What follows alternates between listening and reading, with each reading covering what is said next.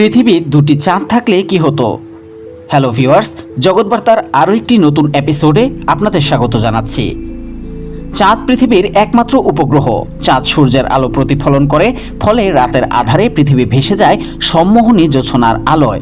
চাঁদ নিয়ে মানুষের আবেগ কম নয়, কোনো কালেই কম ছিল না। প্রাচীনকালেও মানুষ কাব্য লিখেছেন চাঁদ নিয়ে। একেবারে কাঠখোট্টা গম্ভীর মানুষটিও কখনো না কখনো চাঁদকে নিয়ে কল্পনা করেছেন।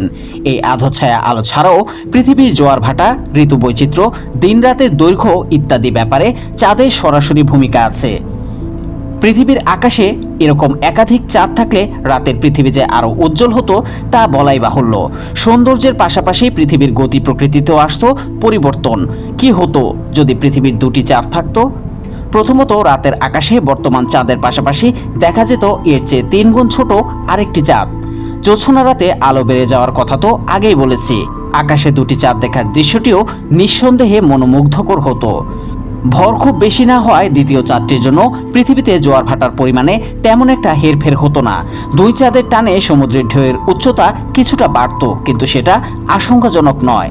এছাড়া পৃথিবীর আহ্নিক গতিও কিছু কমে যেত বলে মনে করেন অনেক বিজ্ঞানী। ফলে দিনরাতের দৈর্ঘ্য সামান্য বাড়ত। এভাবেই চাঁদ পৃথিবীর চারপাশে ঘুরপাক খেত প্রায় 1 কোটি বছর। এর মাঝে ধীরে ধীরে কমে আসতো এর গতি। দুটি চাঁদই একে অপরের কাছাকাছি চলে যেত মহাকর্ষের কারণে।